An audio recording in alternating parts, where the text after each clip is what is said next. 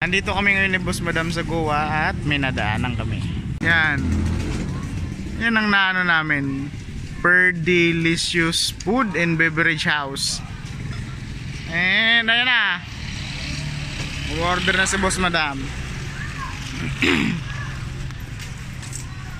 Ay, okay. Ito is para siyang isang lugar na pinagsama-sama yung mga nag-offer ng foodie service. Nandito sila sa isang venue. And ang napili yung Madam is shawarma shop. Maganda dito, parang may banda na set up. Ayan, papakita ko sa inyo.